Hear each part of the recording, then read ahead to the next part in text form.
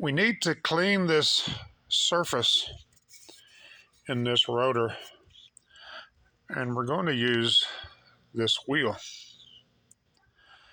to clean it.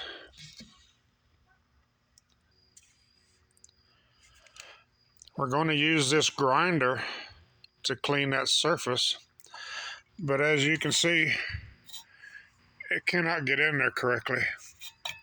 It won't bear flat against the surface, so we're going to make an extension.